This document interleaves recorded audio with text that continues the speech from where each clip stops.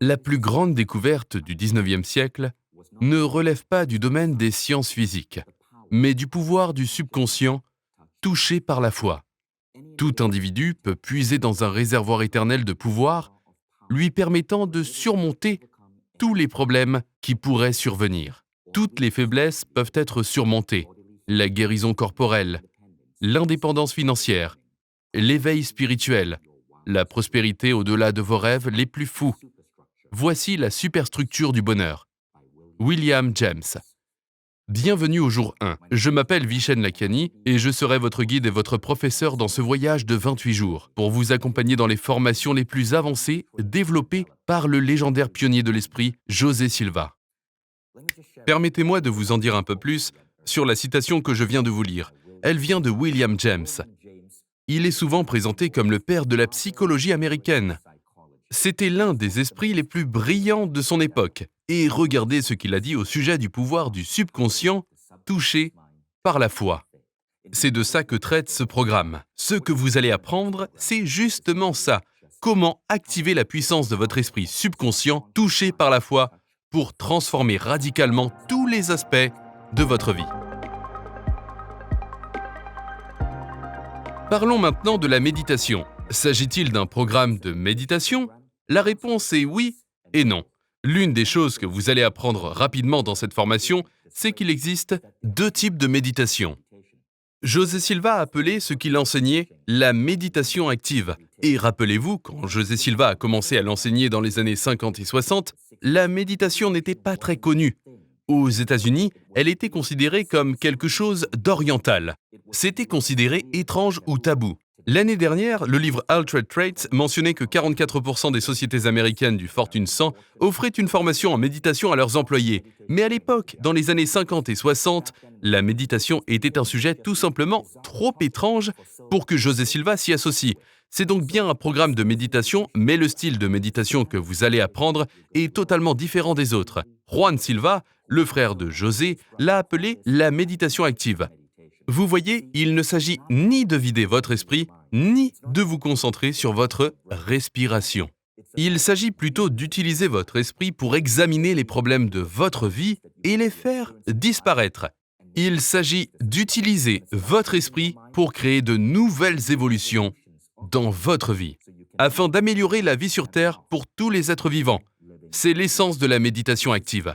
Ce que vous allez apprendre est un style de méditation occidentale, originaire de la frontière entre le Texas et le Mexique. Il y a donc la méditation ancestrale indienne, la méditation ancestrale chinoise, et je pense qu'on pourrait appeler celle-ci la méditation Tex-Mex. Je plaisante bien sûr. Cette méditation est l'un des outils les plus puissants que vous puissiez appliquer au monde occidental moderne. Parce que nous ne vivons plus à une époque où nous avons le temps de nous asseoir sous un arbre ou dans une grotte pour devenir un ermite. Nous vivons dans l'ère des smartphones, d'une technologie phénoménale qui domine notre monde. Nous vivons dans un monde où nous avons un but, une mission, une carrière, un travail, et où nous sommes très occupés. La méditation active n'est pas un procédé qui vous dit de ne pas compter vos heures passées dans une introspection sans fin.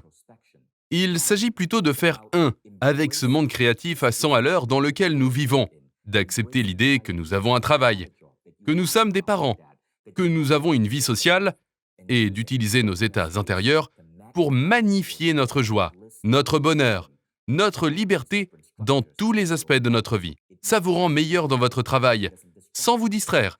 Ça vous rend meilleur dans vos relations sans avoir à y consacrer beaucoup de temps. La méditation active est différente de la méditation passive. Il ne s'agit pas d'aller simplement à l'intérieur, mais plutôt d'aller à l'intérieur et d'utiliser nos forces spirituelles pour nous aider à modeler, guérir et créer notre monde extérieur. Ça vous rend meilleur dans votre travail.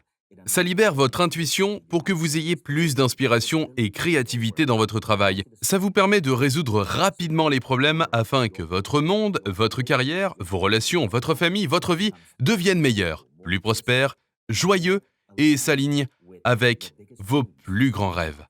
Voici la différence entre la méditation passive et la méditation active. Emily Fletcher, notre professeure de méditation chez Mindvalley, l'exprime ainsi.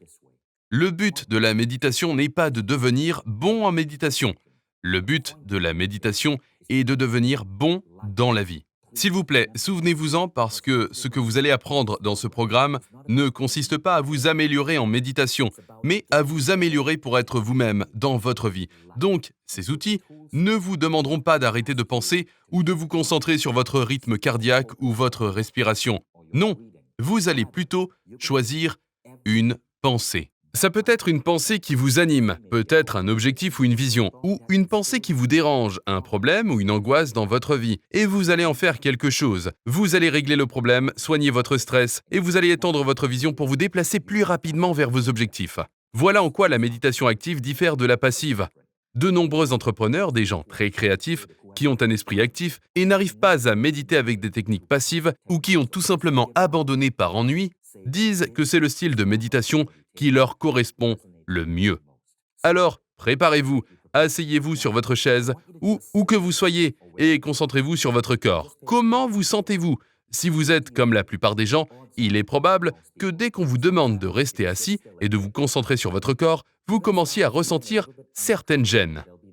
Il y aura ce petit truc sur votre chemise qui va vous déranger. Une démangeaison peut-être. Eh bien, la bonne nouvelle, c'est qu'en matière de méditation active, vous n'êtes pas obligé de rester assis sans bouger. C'est ce que j'aime avec la méthode Silva. Vous pouvez vous gratter si besoin. Même si vous êtes au milieu de l'exercice de centrage dans lequel je vous guiderai, n'hésitez pas à bouger vos mains, à bouger vos jambes, à gratter ce qui vous démange, à changer votre posture. Ça ne va pas perturber votre méditation. Il se peut que certains d'entre vous s'endorment pendant que je vous guide à travers les exercices de méditation. Si vous vous endormez, tout d'abord, ne vous en faites pas. La prochaine fois que vous ferez l'exercice, n'hésitez pas à créer une plus grande sensation d'inconfort. Vous voyez, lorsque vous vous endormez, ce qu'il se passe, c'est que votre cerveau va trop profond. Vous êtes au niveau θ et vous n'avez pas encore été formé pour rester éveillé à θ. Vous le serez avant la fin de ce cours, mais au début, ce ne sera peut-être pas le cas. Donc, lorsque vous atteignez le niveau θ, vous piquez du nez et vous vous endormez. Il existe une solution très simple qui consiste à créer une légère sensation d'inconfort. Donc, si vous méditez, évitez de vous allonger sur le dos et préférez une position assise et droite. Créer une légère sensation d'inconfort vous évite d'être trop détendu et de vous endormir. C'est aussi pour cela que certaines personnes méditent les jambes croisées. Ce n'est pas la position la plus confortable, mais ce léger inconfort vous tiendra éveillé, donc c'est très simple. Si vous vous endormez, ne vous jugez pas, ne vous étiquetez pas comme une personne qui s'endort pendant la méditation. La prochaine fois, créez simplement une légère sensation d'inconfort. Croisez vos pieds, mettez vos mains dans une position différente. Asseyez-vous peut-être plus droit. Cette légère sensation d'inconfort équilibrera la profondeur et la somnolence qui pourraient vous frapper en entrant dans des niveaux θ profonds. Et, boum, le problème est réglé. Donc, au fur et à mesure du programme, j'aimerais que vous évitiez de penser à vos problèmes comme étant des problèmes.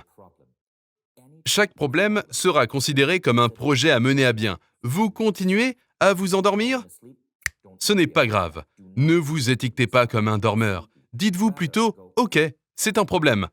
Je vais le résoudre en ajustant ma posture afin de créer un léger inconfort comme Vishen l'a dit, et ça me gardera éveillé. Ce sera une bonne attitude à adopter tout au long de ce programme. Donc, nous voici au jour 1, et maintenant, je vais vous guider à travers la première méditation de ce programme. Ça s'appelle le court exercice de relaxation. Permettez-moi de vous expliquer ce qu'il va se passer dans cette méditation. Au début, vous allez entendre des battements alpha afin de vous aider à guider votre cerveau vers la bonne fréquence pour entrer dans votre centre. Premièrement, nous allons établir un déclencheur. Avez-vous déjà vu un spectacle d'hypnose où l'hypnotiseur hypnotise une personne puis met en place un déclencheur? S'il dit le mot « Kowabunga », la personne pense être une tortue ninja, par exemple. Il s'agit d'instaurer un déclencheur dans votre subconscient. Nous allons implanter un déclencheur en vous, mais vous n'allez pas être dans un état hypnotique. Vous serez complètement éveillé. C'est juste que grâce à la répétition, ce déclencheur va commencer à avoir une signification dans votre subconscient. Et chaque fois que vous suivrez ce déclencheur, vous atteindrez rapidement un niveau alpha profond.